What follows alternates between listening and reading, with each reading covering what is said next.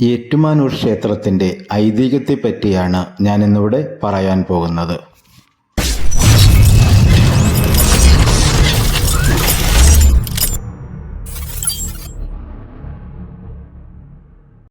കോട്ടയം ജില്ലയിൽ ഏറ്റുമാനൂർ നഗരഹൃദയത്തിൽ MC റോഡിൻ്റെ കിഴക്ക് വശത്ത് സ്ഥിതി ചെയ്യുന്ന ഒരു പ്രസിദ്ധമായ ശിവക്ഷേത്രമാണ് ഏറ്റുമാനൂർ മഹാദേവ ക്ഷേത്രം. രൗദ്രഭാവത്തിലുള്ള പരമശിവനാണ് മുഖ്യ പ്രതിഷ്ഠ. രാവിലെ അഘോരമൂർത്തിയായും ഉച്ചയ്ക്ക് ശരവമൂർത്തിയായും വൈകിട്ട് അർദ്ധനാരീശ്വരനായും സങ്കല്പിച്ചാണ് ആരാധന. ഈ ക്ഷേത്രത്തിൻ്റെ ഉൽപ്പത്തിയെക്കുറിച്ച് നിരവധി ഐതിഹ്യങ്ങളും പ്രാദേശിക കഥകളും പുരാണ വസ്തുതകൾ ഉണ്ടെങ്കിലും വ്യക്തമായ ചരിത്രരേഖകളുടെ കുറവ് കാണുന്നുണ്ട്. ധരപ്രതിഷ്ഠയാണെന്ന് വിശ്വസിക്കുമ്പോഴും പരശുരാമൻ സ്ഥാപിച്ച കേരളത്തിലെ 108 ശിവക്ഷേത്രങ്ങളിൽ ഒന്നാണെന്നും കരുതിപ്പോരുന്നു. 4 ഏക്കറിൽ കൂടുതൽ വരുന്ന സ്ഥലത്ത് പടിഞ്ഞാറോട്ട് ദർശനമായിട്ടാണ് ഏറ്റുമാനൂർ ക്ഷേത്രം സ്ഥിതി ചെയ്യുന്നത്. ഗണപതി, ദക്ഷിണമൂർത്തി, ദുർഗാഭഗവതി, ശാസ്താവ്, നാഗദൈവങ്ങൾ, യക്ഷി എന്നിവരാണ് ക്ഷേത്രത്തിലെ ഉപദേവതകൾ. കൂടാതെ ക്ഷേത്രത്തിനടുത്തായി അന്തി മഹാകാളൻ ക്ഷേത്രവും ശ്രീകൃഷ്ണ ക്ഷേത്രവും ഉണ്ട്. കുംഭമാസത്തിൽ തിരുവാതിര ആറാട്ടായിട്ടുള്ള 10 ദിവസത്തെ ഉത്സവമാണ് ക്ഷേത്രത്തിലെ പ്രധാന ആണ്ടുവിശേഷം. കൂടാതെ കുംഭമാസത്തിൽ തന്നെയുള്ള ശിവരാത്രി, ധനുമാസത്തിലെ തിരുവാതിര എന്നിവയും വിശേഷ ദിവസങ്ങളാണ്. കരൻ എന്ന അസുരൻ മുത്തച്ഛനായ മാലിബാനിൽ നിന്നും ശൈവവിദ്യ ഗ്രഹിച്ച് ചിദംബരത്ത് പോയി ശിവനെ പ്രീതിപ്പെടുത്താനായി തപസ്സാരംഭിച്ചു. ഭക്തന്റെ തപസ്സിൽ തൃപ്തനായ ഭഗവാൻ അവന് 3 ജ്യോതിർലിംഗങ്ങൾ സമ്മാനിച്ചു.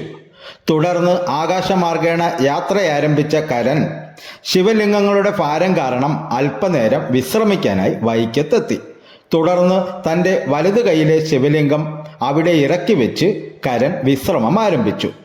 ഉണർന്ന് എഴുന്നേറ്റ് ശിവലിംഗം എടുക്കാൻ നോക്കിയപ്പോൾ അത് എടുക്കാൻ സാധിക്കുന്നില്ല. താൻ താമസിക്കുവാൻ ഏറ്റവും ആഗ്രഹിക്കുന്ന സ്ഥലം അതാണെന്നും തത്സമയം ശിവഭഗവാന്റെ അശരീരിയും മുഴങ്ങി. തുടർന്ന് ശിവലിംഗം അവിടെ തപസ്സിരുന്ന മഹർഷിയെ ഏൽപ്പിച്ച് കരൻ മുക്തിയടഞ്ഞു. തുടർന്ന് തൻ്റെ ഇടത് കൈയിലെ ശിവലിംഗം കരൻ ഏറ്റുമാനൂർ മഹാദേവ ക്ഷേത്രത്തിലും വായുകൊണ്ട് കടിച്ചു പിടിച്ച ശിവലിംഗം കടുന്തുരുത്തി തളി മഹാദേവ ക്ഷേത്രത്തിലും പ്രതിഷ്ഠിച്ചു. ഇന്ന് 3 ക്ഷേത്രങ്ങളിലും ഉച്ചപൂജയ്ക്ക് മുമ്പ് ദർശനം നടക്കുന്നത് പുണ്യകരമായി വിശ്വസിച്ചു വരുന്നു.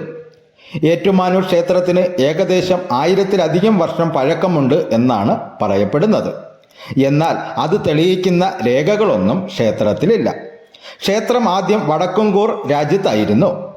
ക്ഷേത്രത്തിൻ്റെ ഊരായ്മക്കാർ 8 മനക്കാർ ആയിരുന്നു.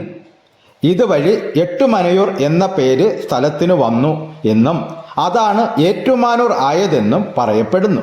ക്ഷേത്രത്തിലെ അതിപ്രസിദ്ധമായ 2 പ്രത്യേകതകളാണ് ക്ഷേത്രത്തിൻ്റെ വലിയ വിളക്കും 7.5 പൊന്നാനയും.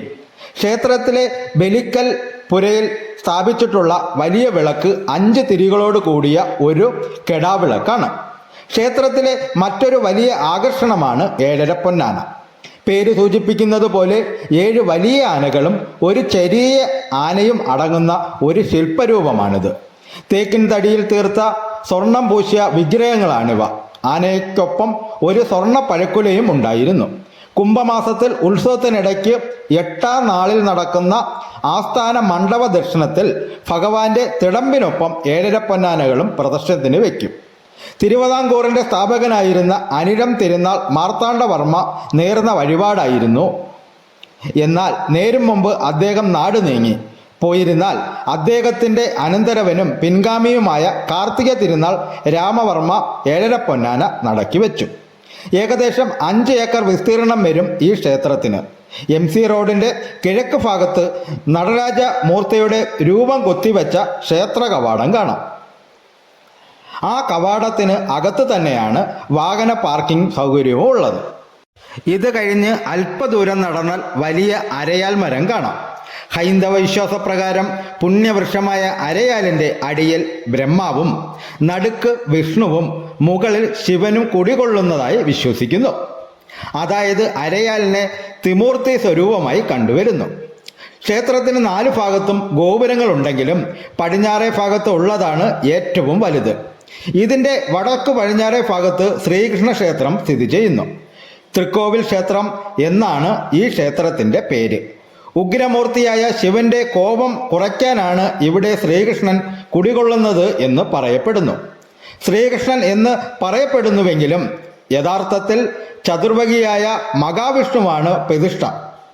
കിഴക്കോട്ട് ദർശനമായി കുടികൊള്ളുന്ന മഹാവിഷ്ണുവിന് ഉപദേവതയായി ഗണപതിയും കുടികൊള്ളുന്നു.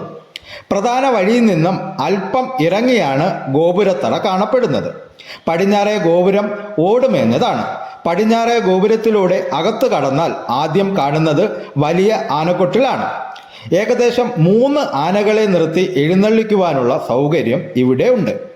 ആനക്കൊട്ടിലിന് തൊട്ട് അപ്പുറത്ത് സ്വർണ്ണ കൊടിമരം നിലകൊള്ളുന്നു. മുൻപ് ഉണ്ടായിരുന്ന കൊടിമരം കാലപ്പഴക്കം കാരണം ജീർണിച്ചതിനെ തുടർന്ന് 2010 നിലവിലെ കൊടിമരം പ്രതിഷ്ഠിച്ചത്.